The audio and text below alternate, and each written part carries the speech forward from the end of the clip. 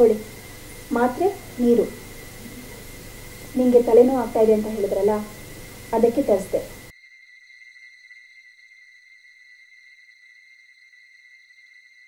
ನಾನು ಬೇಸರಾಗಿರೋದು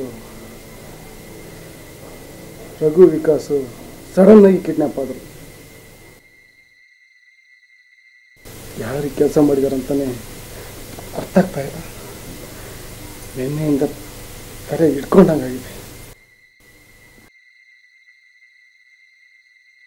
ಪೊಲೀಸಿಗೆ ಕಂಪ್ಲೇಂಟ್ ಕೊಡ್ರಿ, ಎಲ್ಲ ಸರಿ ಹೋಗುತ್ತೆ. ನಿಮ್ಮ ಫ್ರೆಂಡ್ಸನ್ನು ಕಿಡ್ನಾಪ್ ಮಾಡಿದವರು ಅವ್ರನ್ನ ಖಂಡಿತ ಬಿಟ್ಟೇ ಬಿಡ್ತಾರೆ. ನೀವು ಯಾಕೆ ಅಷ್ಟೊಂದು ಚಿಂತೆ ಮಾಡ್ತೀರಾ? ಒಂದು ಸ್ವಲ್ಪ ಹೊತ್ತು ರಿಲ್ಯಾಕ್ಸ್ ಆಗಬಾರ್ದಾ? ಎಲ್ಲಿ ಈ ಕಡೆ ತಿರ್ಕೊಳ್ಳಿ. ನೋಡ್ರಿ, ಈ ಕಡೆ ನೋಡ್ರಿ. ನನ್ನ ಕಣ್ಣಲ್ಲಿ ಕಣ್ಣಿಟ್ಟು ನೋಡಿ. ನಿಮ್ಮ ಚಿಂತೆ, ವರೀಸ್ ಎಲ್ಲ ದೂರ ಆಗಿ ಹೋಗುತ್ತೆ.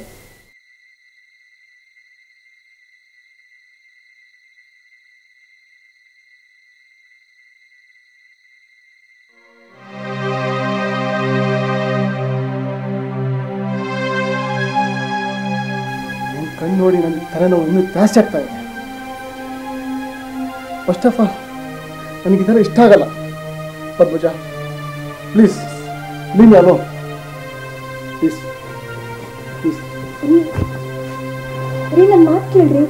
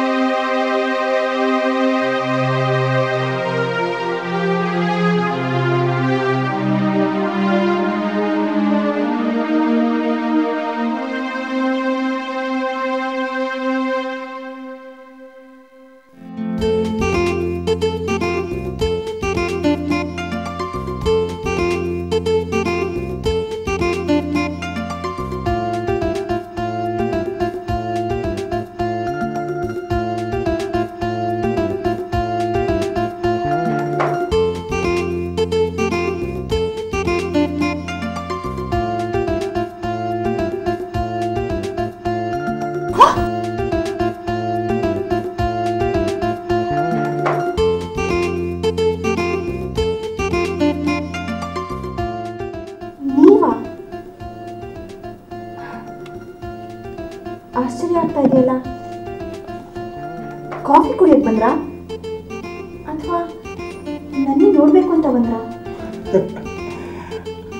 ಈ ಚಂದಳ್ಳಿ ಚೆಲುವಿಗೆ ಸ್ವಲ್ಪ ಮೂಳಿ ಮಾಡೋಣ ಅಂತ ಬಂದೆ. ನಂಬಕ್ಕೆ ಆಗ್ತಾ ಇಲ್ಲ. ಏನು ನಿಮ್ಮ ಮಾತು ತುಂಬಾ ಡಿಫ್ರೆಂಟ್ ಆಗಿದೆ ಇವತ್ತು. ಆ ಡಿಫ್ರೆಂಟ್ ನಿನ್ನತ್ರ ತೋರಿಸಿ ನಿನ್ನ ಮನಸ್ಸನ್ನ ಸಂತೋಷದಲ್ಲಿ ನಲಿಯೋಗಿ ಮಾಡೋಣ ಅಂತ ಲವಲವಿಕೆ ಬಂದೆ. ಲವಲವಿಕೆ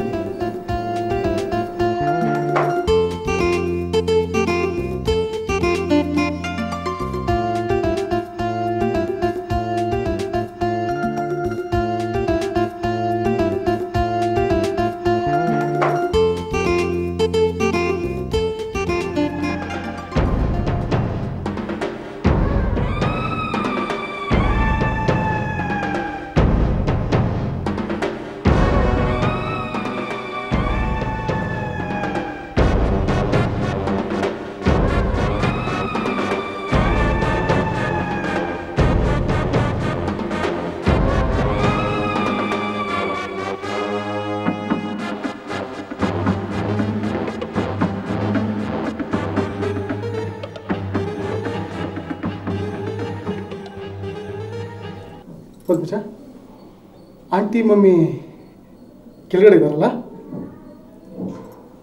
ನಾನು ಬರ್ತೀನಿ. ಒಂದು ನಿಮಿಷ.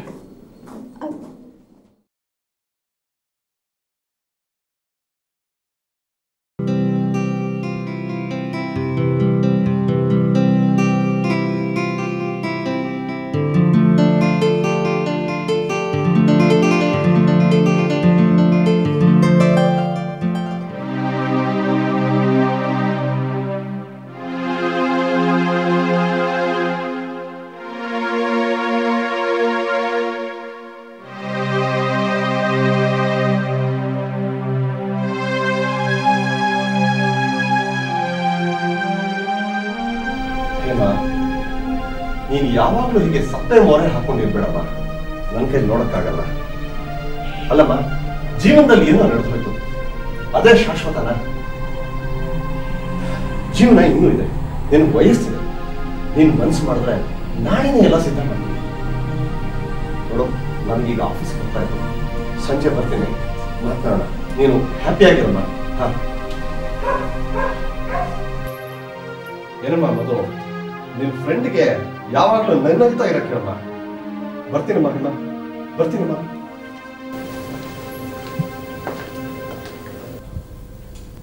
ಅಲ್ಲ ಕಣೆ ಹೇಮ, ನಿನ್ನ ತಂದೆ ಆಸೆ ಸ್ವಲ್ಪ ಹೊರೈಸೆ.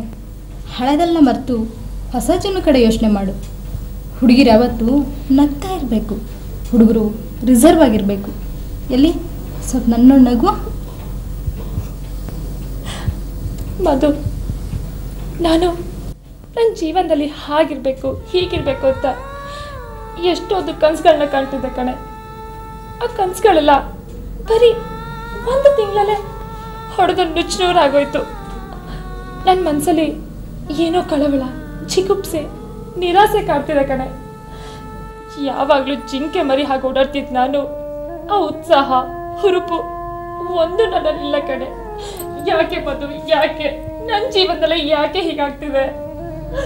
ನಾನು ಏನ್ ಮಾಡ್ಬೇಕು ಅಂತಾನೆ ನಂಗೆ ಗೊತ್ತಾಗ್ತಿಲ್ಲ ಕಣೆ, ಗೊತ್ತಾಗ್ತಿಲ್ಲ. ಹೇ, ಏನೇ ಇದು? ಆಸ್ತಿ, ಅಂತಸ್ತು, ಒಳ್ಳೆ ತಂದೆ ಎಲ್ಲ ಇದ್ದು ನಿನ್ನ ಜೀವನ ಹೇಗೆ ಕಮರುತ್ತೆ, ಅರಳುತ್ತೆ. ಆ ಸಮಯ ಬಂದೇ ಬರುತ್ತೆ, ನಿನ್ನ ಮನಸ್ಸಿನಲ್ಲಿ ಹೊಸ ಚೈತ್ರ ತುಂಬುತ್ತೆ. ಇಲ್ಲ ಕಣೆ, ಅದ್ರ ಮೇಲೆಲ್ಲ ನನಗೆ ನಂಬಿಕೆ ಇಲ್ಲ. ಅದೇನೇ ಇದ್ರು ಬರೀ ಕತೆ ಕಾದಂಬರಿಗಳಲ್ಲಿ ಓದೋಕೆ ಬರೆಯೋಕೆ ಚೆನ್ನ, ನಿಜ ಜೀವನದಲ್ಲ ಕಣೆ, ನಿಜ ಜೀವನದಲ್ಲ. ಸುಚಿ, ನಿನ್ನ ಡೆಲ್ಲಿ ಫ್ರೆಂಡ್ ವಿಕಾಸ್ ರಘುನ ಕಿಡ್ನಾಪ್ ಮಾಡಿರೋರು ಬೇರೆ ಯಾರು ಅಲ್ಲ. ಅದು ಮನೋಜ್. ಹೇಗಪ್ಪ ಹೇಳೋದು? ಯಾರು ಕಿಡ್ನಾಪ್ ಮಾಡಿರೋದು? ಹೇಳು ಮನೋಜ್. ಸುಜಯ್, ನಿನ್ನ ಅಣ್ಣಂದಿರಿ, ಐ ಮೀನ್ ಪ್ರಭಾಕರ್ ದಯಾನಂದ್, ವಿಕಾಸ್ ರಘುನ ಕಿಡ್ನಾಪ್ ಮಾಡಿ ಅವ್ರ ಕಸ್ಟಡಿಯಲ್ಲಿ ಇಟ್ಟಿದ್ದಾರಂತೆ. ತುಂಬ ಟಾರ್ಚರ್ ಮಾಡಿದ್ದಾರಂತೆ. ಇದಕ್ಕೆಲ್ಲ ಕಾರಣ ಅವರು ಬ್ರೈನ್ ವಾಷಿಂಗ್ ಮಾಡಿ ಪದ್ಮಜನ ಮದುವೆ ಕ್ಯಾನ್ಸಲ್ ಆಗಿಬಿಟ್ರೆ ಅದಕ್ಕೆ ಈ ಥರ ಮಾಡಿದ್ದಾರೆ ಸುಜಯ್.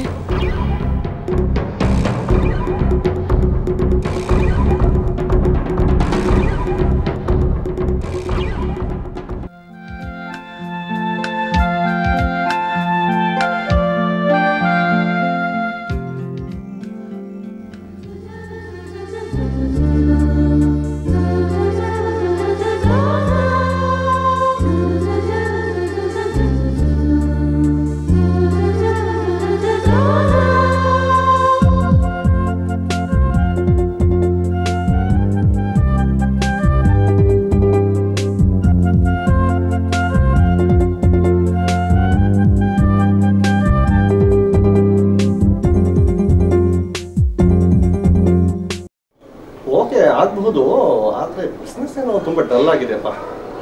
ನಾಳೆ ಹೇಗಿದ್ರು ಸೇರ್ತೀವಲ್ಲ, ಸಂಜೆ ಮಾತಾಡೋಣ. ಓಕೆ, ಆಯ್ತು ಸೇರೋಣ.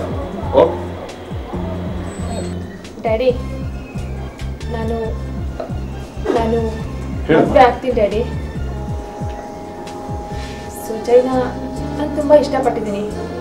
ಮದುವೆ ಆದರೆ ಅವ್ರನ್ನೇ ಅಂತ ಕೂಡ ತೀರ್ಮಾನ ಮಾಡಿದ್ದೀನಿ. ಅದಕ್ಕೆ ನೀವು ಹೇಮಾ, ನೀನು ಮದುವೆ ಆಗೋ ಹುಡುಗ ಎಂಥವನೇ ಆಗಿರಲಿ, ನೀನು ಮದುವೆ ಆಗೋಕೆ ಒಪ್ಪದೆ ನೋಡು, ಅದು ನನ್ನ ಸುಧಾರಿವಾಗ್ಲಮ್ಮ, ಸುಧಾರಿವಾ. ಈಗ ನನಗೆ ಬಹಳ ಸಂತೋಷ ಆಗ್ತದೆ, ಬಹಳ ಸಂತೋಷ ಆಗ್ತದೆ. ತಾನು ಅಲ್ವಾ, ಸ್ವಲ್ಪ ಬೇಗ ಬನ್ನಿ, ನಿಮ್ಮ ಹತ್ರ ಮಾತನಾಡ್ಬೇಕು. ನೋಡಮ್ಮ, ನಾನು ಇವತ್ತೇ ಎಲ್ಲ ವಿಷಯನ ಕಲೆಕ್ಟ್ ಮಾಡಿಸ್ತೇನೆ, ಅವ್ರ ತಂದೆ ತಾಯಿನಲ್ಲಿ ಕರೆಸ್ತೇನೆ, ಕುತ್ಕೊಂಡು ಮಾತಾಡೋಣ. ಇದನ್ನು ತಗೊಳ್ಳಿ ಡ್ಯಾಡಿ.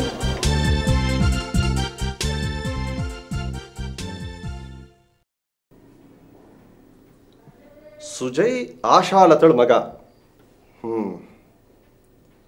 ಆಶಾಲತಳು ಹೇಳ್ದಾಗೆ ಅವನು ಹೆಜ್ಜೆ ಹಾಕೋದು ವಂಡರ್ಫುಲ್.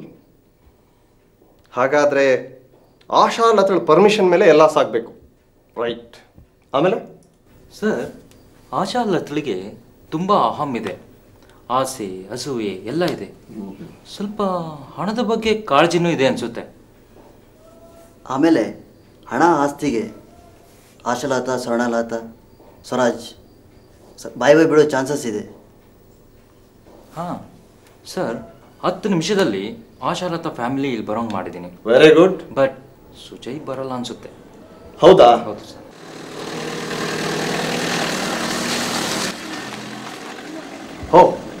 ಹೊರಗಡೆ ಏನೋ ಶಬ್ದ ಆಗ್ತಿದೆ, ನೀವು ಹೇಳಿದ ಸರಿ.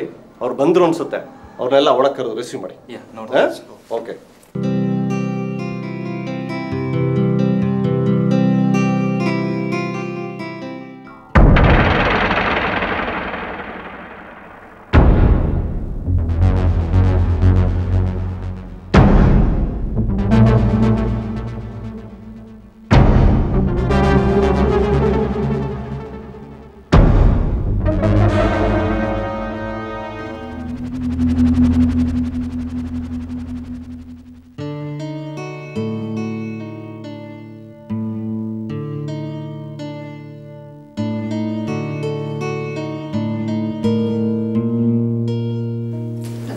ನಮಸ್ಕಾರ. ನಮಸ್ಕಾರ. ನೋಡಿ ಆಶಾಲತಾ ಅವರೇ, ನನಗೆ ಸುತ್ತಿ ಬಳಸಿ ಮಾತನಾಡಿ ಅಭ್ಯಾಸ ಇಲ್ಲ. ಇನ್ನು ಈ ಊರಲ್ಲಿ ನನ್ನ ಬಗ್ಗೆ ಕೇಳೋ ಅವಶ್ಯಕತೆನೂ ಇಲ್ಲ. ನನ್ನ ಮಗಳು ಹೇಮಾ ನಿಮ್ಮ ಮಗ ಸುಜಯ್ನ ಇಷ್ಟಪಟ್ಟಿದ್ದಾರೆ.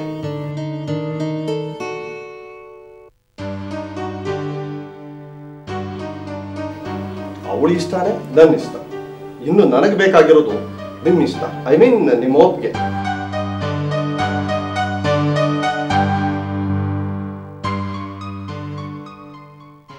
ಈ ವಿಚಾರದಲ್ಲಿ ನನಗೆ ಸ್ವಲ್ಪ ಕಷ್ಟ ಆಗ್ತಾ ಇದೆ. ನೀವು ಈ ಊರಿನಲ್ಲಿ ದೊಡ್ಡ ಬಿಸ್ನೆಸ್ ಮ್ಯಾನ್ ಅಂತ ನನಗೆ ಚೆನ್ನಾಗಿ ಗೊತ್ತು. ಏನೋ ತಾವು ಹೇಳಿ ಕಳಿಸಿದ್ರಿ ಅಂತ ನಾವು ಬಂದ್ವಿ. ಆದರೆ ನೋಡಿ ಆಶಾಲತಾ ಅವರೇ, ನಿಮ್ಮ ಮಗ ನಮ್ಮ ಮನೆ ಅಳಿಯ ಆಗಬೇಕು ಅಂದರೆ ನನ್ನ ಆಸ್ತಿನಲ್ಲಿ ಅರ್ಧ ಭಾಗನ ನಿಮಗೆ ಕೊಡ್ತೀನಿ, ಇನ್ನು ಅರ್ಧ ಭಾಗನ ನನ್ನ ಮಗಳಿಗೆ ಕೊಡ್ತೀನಿ. ನನ್ನ ಹಣ, ನನ್ನ ಇನ್ಫ್ಲೂಯೆನ್ಸ್ ಇದೆಲ್ಲ ನಿಮ್ಮ ಮಗ ನನ್ನ ಅಳಿಯ ಆಗೋಕೆ ಸಹಾಯ ಆಗತ್ತೆ. ಇದನ್ನೆಲ್ಲ ಗಮನದಲ್ಲಿ ಇಟ್ಕೊಂಡು ನೀವು ಈ ಮ್ಯಾಟ್ರನ್ನ ನೋಡಿ ಮಿಸ್ಟರ್ ರವಿಶಂಕರ್, ನನ್ನ ಮಗ ನಿಮ್ಮ ಮಗಳ ಮದುವೆ ಆಗೋದ್ರಲ್ಲಿ ನಂದೇನು ಅಭ್ಯಂತರ ಇಲ್ಲ ಅಲ್ವಾ? ಆದರೆ ಮೊದಲು ನಿಮ್ಮ ಆಸ್ತಿ ಎಲ್ಲ ನನ್ನ ಹೆಸರಿಗೆ ಅಗ್ರಿಮೆಂಟ್ ಆಗಬೇಕು.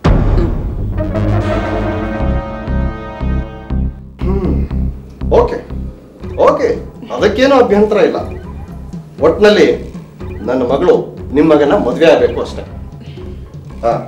ನೋಡಿ, ಹಣ ಎಲ್ಲ ನಿಮ್ಮ ಜೊತೆನೇ ಇರುತ್ತೆ. ಆದರೆ ಒಂದು ವಿಷಯ, ನನ್ನ ಮಗಳು ಮದುವೆ ಆದ 2 ತಿಂಗಳಿಗೆ ಗಂಡನ್ನ ಕಳ್ಕೊಂಡ್ಬಿಟ್ಟು, ಒಟ್ಟಿನಲ್ಲಿ ನಿಮ್ಮ ಮನೆಯಲ್ಲಿ ಅವಳು ಸುಖವಾಗಿರ್ಬೇಕು ಅಷ್ಟೇ. ನೋಡಿ, ನಿಮ್ಮ ಮಗಳು ವಿಧವೆ ಅನ್ನೋ ವಿಚಾರ ನನಗೀಗಾಗಲೇ ಗೊತ್ತಿತ್ತು. ಏನು ಮಾಡೋದು, ನನ್ನ ಮಗನಿಗೂ ಈಗಾಗಲೇ ಒಂದು ಮದುವೆ ಆಗಿದೆ. ಆ ಹುಡುಗಿ ಬೇರೆ ಯಾರೂ ಅಲ್ಲ, ನಮ್ಮ ಸ್ವರ್ಣಲತಾ ಮಗಳೇ. ಪಾಪ, ಏನು ಮಾಡೋದು, ಅವಳಿಗೆ ಕ್ಯಾನ್ಸರ್ ಇದೆ. ಅವಳು ಭಾಳ ದಿನ ಉಳಿಯೋಲ್ಲ ಅಂತ ಡಾಕ್ಟರ್ ಹೇಳಿದ್ದಾರೆ. ನಿಮ್ಮ ಮಗಳ ಜೊತೆ ನನ್ನ ಮಗನ ಮದುವೆ ಮಾಡ್ಬೋದು. ಆದಷ್ಟು ಬೇಗ ಆ ಮದುವೆನ ಸಿಂಪಲ್ ಆಗಿ ಮುಗಿಸ್ಬಿಡೋಣ. ಓಕೆ ಓಕೆ, ಎಲ್ಲ ಸಿದ್ಧತೆ ನಾನು ಮಾಡ್ತೀನಿ. ಆದರೆ ನಂದೊಂದು ಕಂಡೀಷನ್, ನಿಮ್ಮ ಮಗ ಸುಜಯ್ನ ಒಪ್ಪಿಗೆ ಮನಪೂರ್ವಕವಾಗಿರ್ಬೇಕು. ಅದು ಇಂಪಾರ್ಟೆಂಟ್. ಖಂಡಿತ ಖಂಡಿತ ಖಂಡಿತ ಒಪ್ಪಿಸ್ತೀವಿ. ತಾವೇನು ನೋಡು. Okay okay.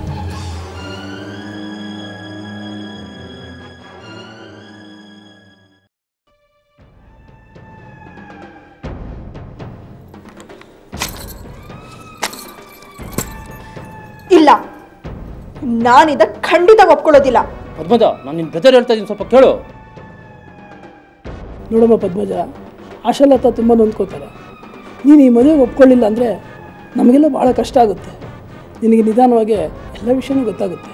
ಪ್ಲೀಸ್ ಸ್ವಲ್ಪ ಕನ್ವಿನ್ಸ್ ಮಾಡಿ ಈ ಮದುವೆಗೆ ಒಪ್ಕೊಳ್ಳಮ್ಮ ಪ್ಲೀಸ್. ಹಾಗೇನೆ ಸುಜಯ್ನ ಒಪ್ಸಮ್ಮ.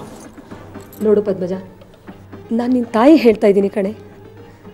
ಯಾವ ತಾಯಿನೂ ತನ್ನ ಮಗಳು ಭಾಳ ಹಾಳಾಗಲಿ ಅಂತ ಇಷ್ಟಪಡಲ್ಲ. ಇಲ್ಲಿ ಏನೋ ಒಂದು ಪ್ರಾಬ್ಲಮ್ ಆಗೋಗಿದೆ. ಸುಜಿ ಹಂಗೆ ಹೇಮಾಳನ್ನ ಗಂಟು ಹಾಕಿದ್ರೆ ನಾವೆಲ್ಲ ಚೆನ್ನಾಗಿರಬಹುದು. ಅದು ಅಲ್ಲದೆ ಸುಜಿಯ ಹೇಮನ್ ಮದುವೆ ಮಾಡಿಕೊಂಡ್ರೆ ಏನು ತಪ್ಪು? ಅವ್ನು ಹೇಗಿದ್ರು ನೀನು ಮೊದಲೇ ಗಂಡ ಅಲ್ವಾ? ಅವನ ಸಂತೋಷನ ನಾವೆಲ್ಲ ನೋಡಬೇಕು ಅಂದರೆ ಈ ಮದುವೆಗೆ ನೀನು ಒಪ್ಕೊಳ್ಳೇಬೇಕು. ನೋಡು ಪ್ಲೀಸ್ ಒಪ್ಕೊಳ್ಳೆ.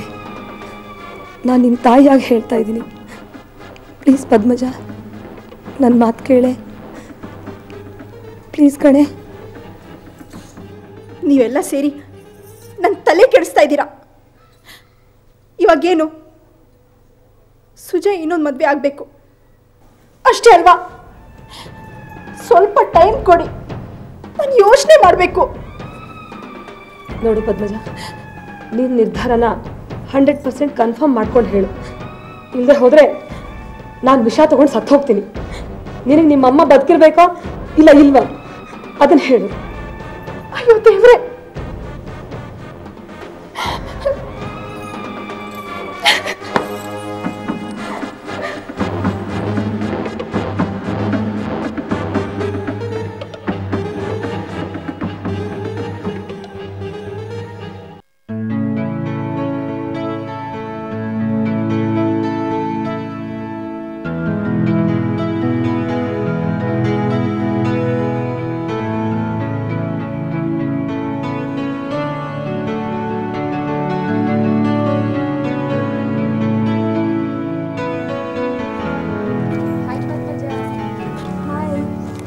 ಏನು ತುಂಬ ಡೀಪ್ ಕಡೆಯಲ್ಲಿರೋ ಹಾಗಿದೆ? ಇನ್ನೇನೇ ಮಾಡೋದು, ಗಂಡ ಅಂತೂ ಜೊತೆಗಿರಲ್ಲ. ನನಗಂತೂ ಈ ಬುಕ್ಕೆ ಒಂದು ರೀತಿ ಸಂಗಾತಿ ಇದ್ದಂಗೆ. ಅಷ್ಟು ಕ್ಲಿಯರಾಗಿ ಹೇಳಿಬಿಟ್ರೆ ಹೇಗೆ? ಬೈ ದ ವೇ ಒಂದು ಮಾತು ಹೇಳ್ತೀನಿ, ಬೇಸರ ಮಾಡ್ಕೊಬೇಡ ಪ್ಲೀಸ್. ನಾನು ಹೇಳ್ತೀನಿ ಪದ್ಮಜಾಗೆ, ನಿಮ್ಮ ಸುಜಯ್ಗೆ ಯಾಕೆ ಇನ್ನೊಂದು ಮದುವೆ ಮಾಡಬಾರ್ದು? ಹಾಗಿದ್ರು ನಿನ್ನ ಜಾತಕದಲ್ಲಿ ಇರೋದೇ ಹಾಗಲ್ವಾ?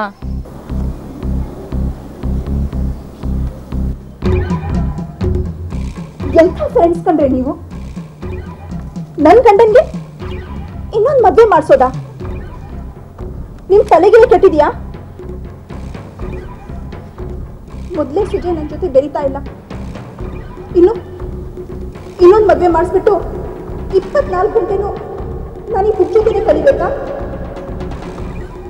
ಇದೇನಾ ನಿಮ್ಮ ಆಸೆ?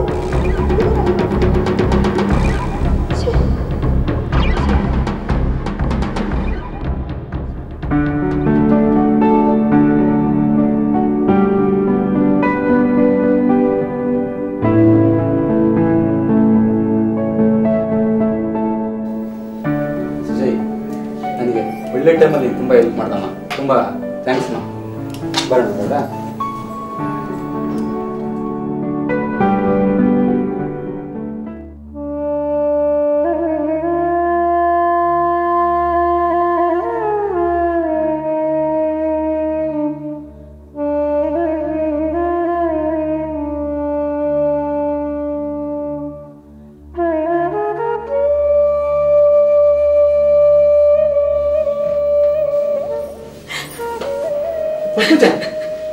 ಯಾಕೆ ಕಳ್ತಾ ಇದೀಯಾ?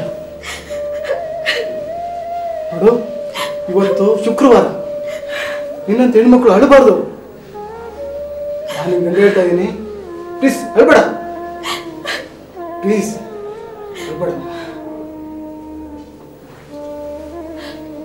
ರೀ, ನಿಮ್ಮನ್ನ ಅರ್ಥ ಮಾಡ್ಕೊಳ್ಳೋಕೆ ಆಗೋದಿಲ್ಲ ರೀ.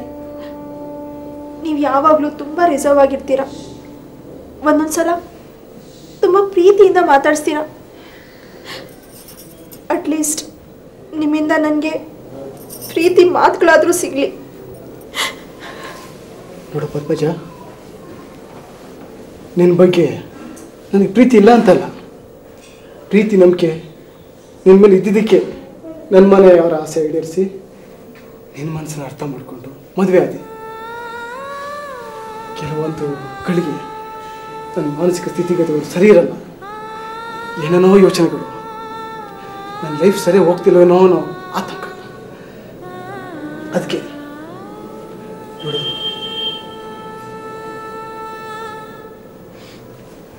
ನೀನು ಕೋಮಲ ಹೃದಯದ ಹೆಣ್ಣು, ಚಿಗುರದ ಹೂತರ. ಪಾಡಬಾರ್ದು ಪ್ಲೀಸ್. ರೀ,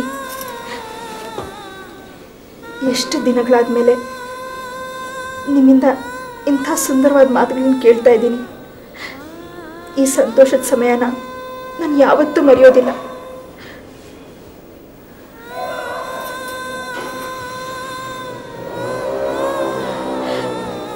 ನಿಮ್ಮ ಹತ್ರ ಒಂದು ಮಾತು ಹೇಳಬೇಕು, ಅದು ಹೇಗೆ ಹೇಳಬೇಕು ಅಂತಲೇ ಗೊತ್ತಾಗ್ತಾ ಇಲ್ಲ. ಮಧ್ಮಜ, ಹೇಳು, ಏನು ವಿಷಯ ಹೇಳು. ಎಂಥ ಕ್ರಿಟಿಕಲ್ ವಿಷಯ ಇದ್ರೂ ಪರವಾಗಿಲ್ಲ, ಪ್ಲೀಸ್ ಹೇಳು. ಅದು ನೀವು ಇನ್ನೊಂದು ಮದುವೆ ಆಗಬೇಕು. ಹುಡುಗಿ ಹೆಸರು ಹೇಮಾ ಅಂತ, ರವಿಶಂಕರ್ ಅವ್ರ ಮಗಳು. ನಿಮ್ಮನ್ನು ತುಂಬ ಹಚ್ಕೊಂಡಿದ್ದಾಳೆ. ಮನೆಯಲ್ಲಿ ಎಲ್ಲರೂ ಈ ಮದುವೆಗೆ ಒಪ್ಕೊಂಡಿದ್ದಾರೆ. ನಿಮಗಿದು ತಪ್ಪು ಅಂತ ಅನಿಸ್ಬೋದು, ಆದರೂ ನೀವು ಈ ಮದುವೆಗೆ ಒಪ್ಕೊಳ್ಳೇಬೇಕು.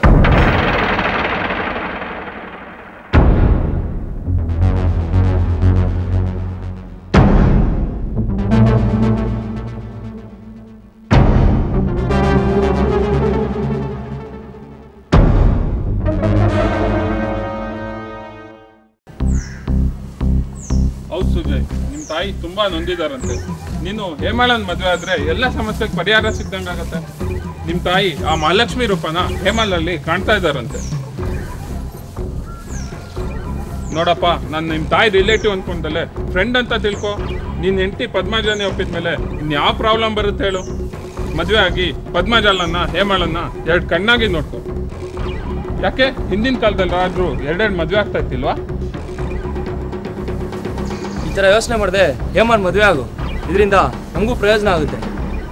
ಹಾಂ, ತಪ್ಪು ತಿಳ್ಕೊಂಬೇಡಪ್ಪ, ಇದರಿಂದ ನಿಮ್ಮ ಮಮ್ಮಿ ಆಂಟಿ ಅಂಕಲ್ಗೆಲ್ಲ ಖುಷಿ ಸಿಗುತ್ತೆ, ಅದಕ್ಕೆ ಆ ಥರ ಹೇಳಿದೆ.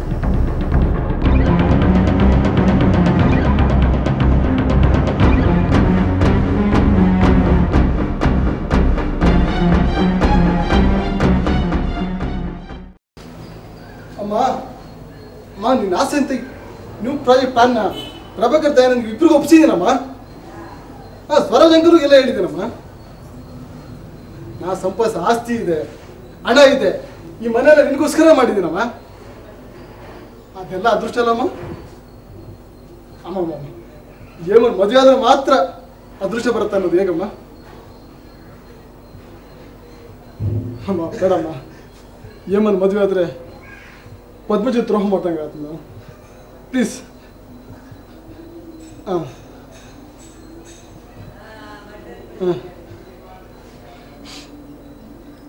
ಆಯ್ತಮ್ಮ, ನಿನ್ನ ಹಠ ನಿಮಗೆ ಮುಖ್ಯ ಆದರೆ ಆಯ್ತು, ನಿಮ್ಮ ಇಚ್ಛೆಯಂತೆ ಈ ಮದುವೆ ನಡೀಲಿ.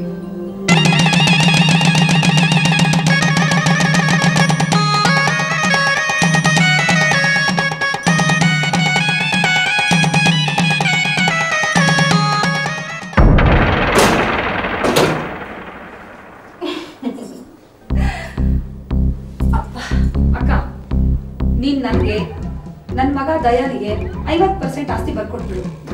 ನಾನು ಅವ್ರ ಮದುವೆ ಮಾಡಿ ಹಾಯಾಗಿ ಬಿಡ್ತೀನಿ. My dear sister, look at me. ನನಗೆ ನಿಮ್ಮ ಆಸ್ತಿ ಅಂತಸ್ತು ಏನು ಬೇಕಾಗಿಲ್ಲ. I want just 10 lakhs. ದಯವಿಟ್ಟು ರಿಲೀಸ್ ಮಾಡಿ.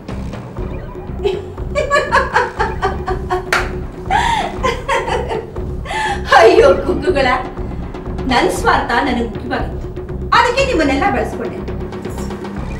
ಅಲ್ಲ ಸ್ವರ್ಣ, ನಾನು ನಿನ್ ಮಗಳ ಮದುವೆ ಮಾಡಿ ನಿನ್ ಮಗಳಿಗೆ ಮುತ್ತೈದೆ ಸ್ನಾನ ಕೊಡ್ಲಿಲ್ವಾ?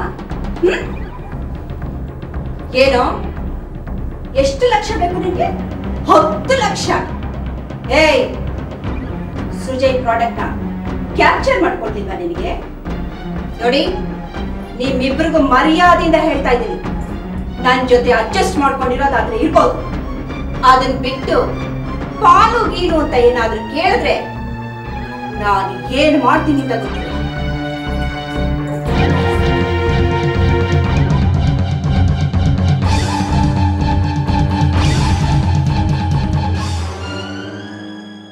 ಎಸ್, ಹಾಂ, ಪ್ರಭಾಕರ್ ದಯಾನಂದ್ ನಮ್ಮ ಬ್ರದರ್ಸೇ. ಎಲ್ಲ ಹೇಳ್ಕೊಟ್ಬಿಡಿ ಸರ್. ನಮ್ಮ ಪ್ರಾಡಕ್ಟ್ ಬಗ್ಗೆ ಎಲ್ಲ ಹೇಳ್ಕೊಟ್ಬಿಡಿ. No problem. ಇಲ್ಲ ನನ್ನ ಫ್ರೆಂಡ್ಸಿಗೆ. ಹಾಂ right. Okay. See you. Okay see you. Thank ರೀ, ಇನ್ನೂ ಇಲ್ಲೇ ಕೂತಿದ್ದೀರಾ? ಪಾಪ, ಅಲ್ಲಿ ಹೇಮಾ ನಿಮಗೋಸ್ಕರ ಕಾಯ್ತಾ ಇದ್ದಾಳೆ.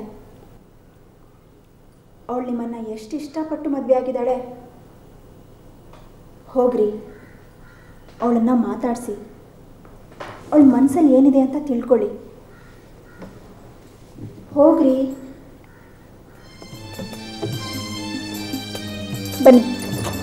ಬನ್ರಿ, ಸುಮ್ಮನೆ ಬನ್ನಿ,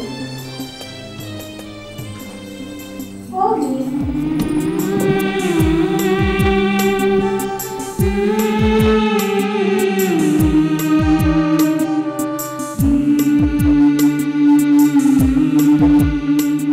ಇಲ್ಲಿ ನೋಡಿ, ನಾನು ಎಷ್ಟೋ ಆಸೆ ಆಕಾಂಕ್ಷೆಗಳನ್ನ ಇಟ್ಕೊಂಡು ನಿಮ್ಮನ್ನು ಮದುವೆ ಆದೆ.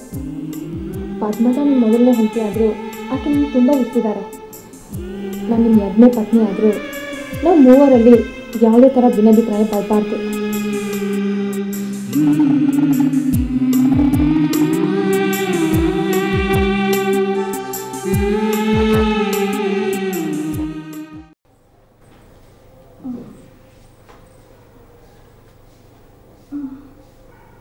ಅದೇ ಕಣೋ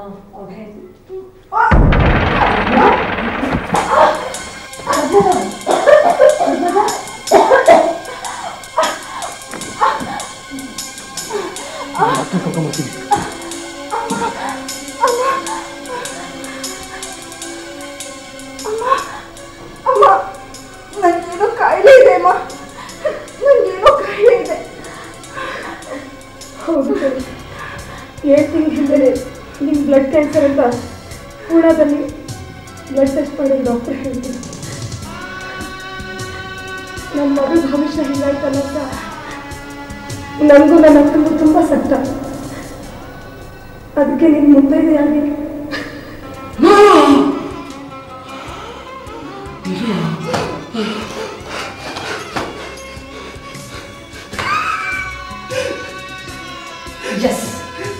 ಎಸ್ ನಾನು ಹೇಳ್ತಾ ಇರೋದು ಸತ್ಯಕ್ಕೆ ಹತ್ತಿರವಾದಂಥ ಮಾತು.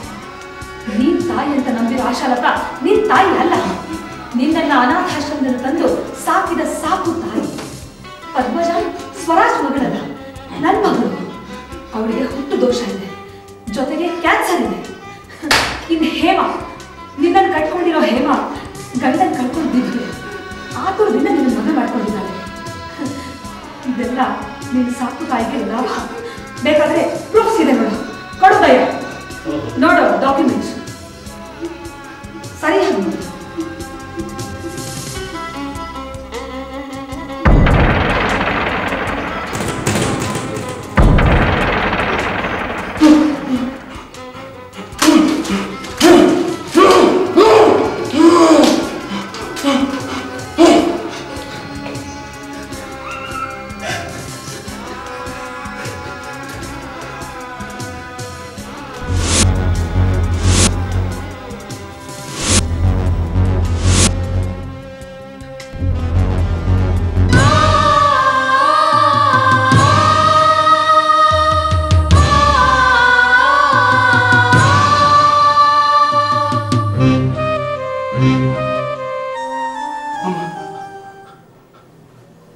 ಅವ್ರು ಹೇಳಿದ್ದಲ್ಲ ನಿಜನಾ? ನಿನ್ನ ಹೆತ್ತ ತಾಯಿಲ್ವಾ? ಪದ್ಮಜನಿಗೆ ದೋಷ ಕ್ಯಾನ್ಸರ್ ಇದೆಯಮ್ಮ. ಏನಮ್ಮ ವಿದ್ವೆ ಅಲ್ಲೋ, ವಿದ್ವೆ ಅಂತೆ. ಇದೆಲ್ಲ ಸತ್ಯನಮ್ಮ? ಸತ್ಯನಮ್ಮ? ಹೌದು, ಇದೆಲ್ಲ ಸತ್ಯನೇ.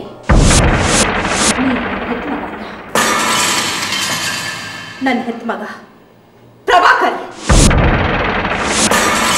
ನೀನು ಯಾವ ಬೇವರ್ಸಿ ಹುಟ್ಟಿದ್ದು ನನಗೆ ಗೊತ್ತಿಲ್ಲ. ನೋಡು, ನನ್ನ ಸ್ವಾರ್ಥಕ್ಕೋಸ್ಕರ ನಿನ್ನ ಬಲಿಪಶು ಮಾಡಿದೆ. ಇದರಿಂದ ನಾನು ಎಲ್ಲಾನು ಲಾಭನೇ, ಎಲ್ಲ ಲಾಭ. ಏನ್ ಮಾಡ್ತೀಯ ಈಗ? ಏನ್ ಮಾಡ್ತೀಯ ನೀನನ್ನ?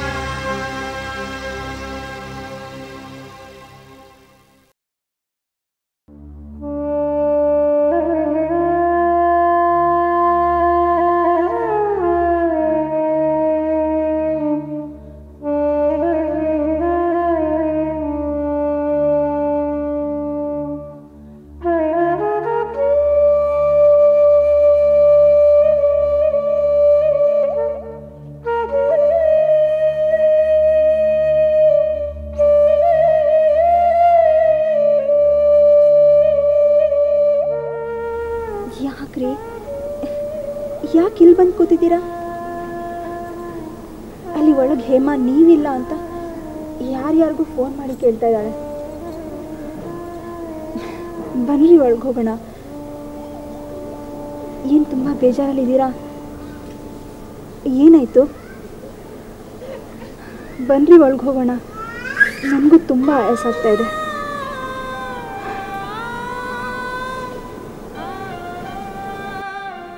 ಈಗ ಆಯಾಸ ಆಗ್ತಾ ಇದೆಯಾ?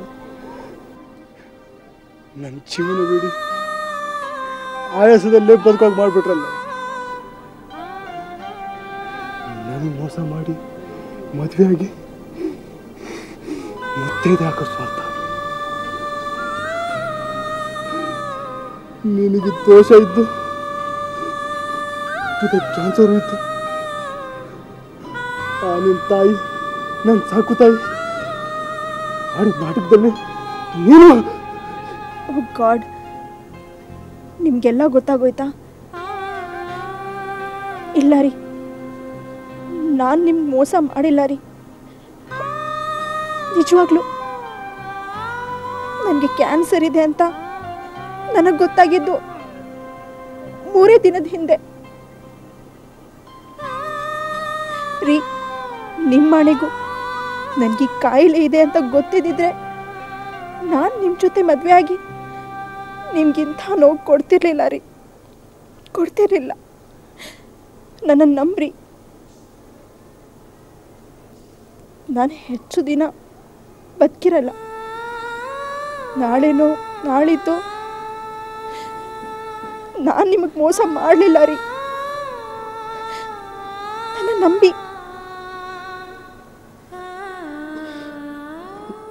ಅನ್ಯಾಯವಾಗಿ ನನ್ನ ಬಾಳನ್ನು ನೀನು ಫ್ಯಾಮಿಲಿ ಹಾಳು ಮಾಡ್ತು.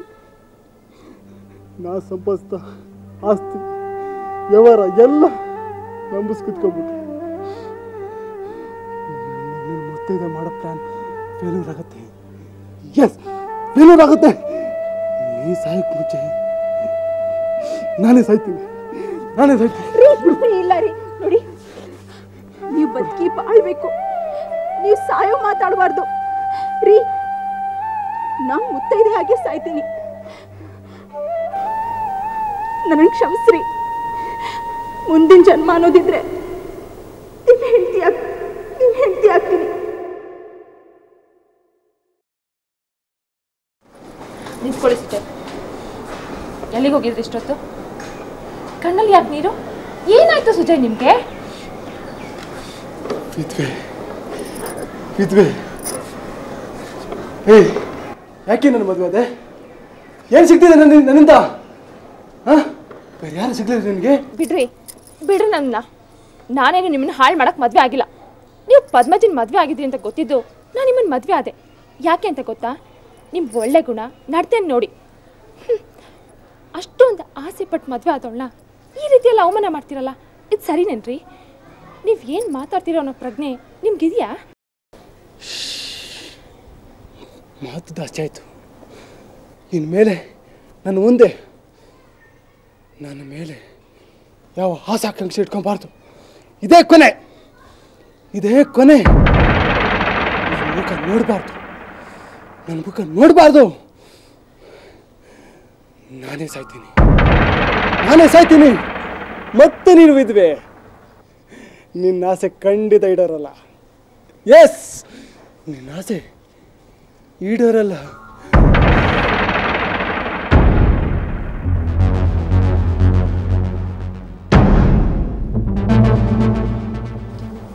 ನೀರು ಸಾಯೋಕೆ ಮುಂಚೆ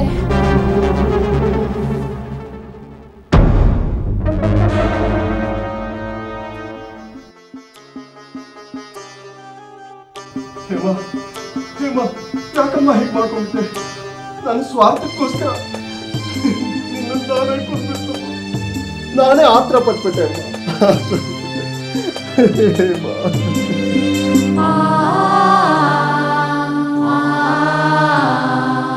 ಏನೋ ಆಸೆಗಳ ತಾಳದಲ್ಲಿ ಆತ್ಮಗಳು ಓಡಾಡಿದೆ,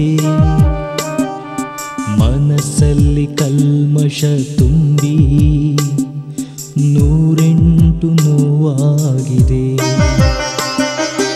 ಅರಿವಿನ ಈಟಿಯಲ್ಲಿ ಗಾಯದ ಗುರುತಾಗಿದೆ, ಎದುರಾಡದ ಮಾತಾಗಿದೆ. ಓ ಏನೋ ಆಸೆಗಳ ತಾಳದಲ್ಲಿ ಆತ್ಮಗಳು ಓಡಾಡಿದೆ, ಮನಸ್ಸಲ್ಲಿ ಕಲ್ಮಶ ತುಂಬಿ 108 ನೋವಾಗಿದೆ.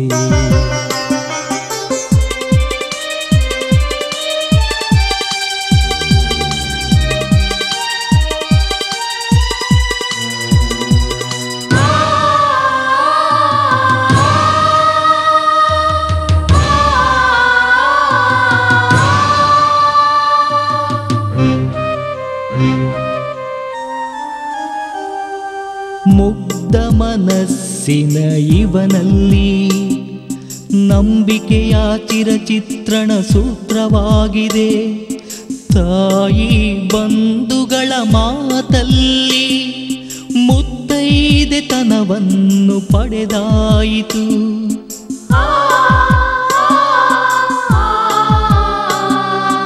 ಎಲ್ಲ ಆಸೆಗಳ ಬದಿಗೊತ್ತಿ ತನ್ನನ್ನೇ ತಾನು ತೊರೆದಾಯಿತು.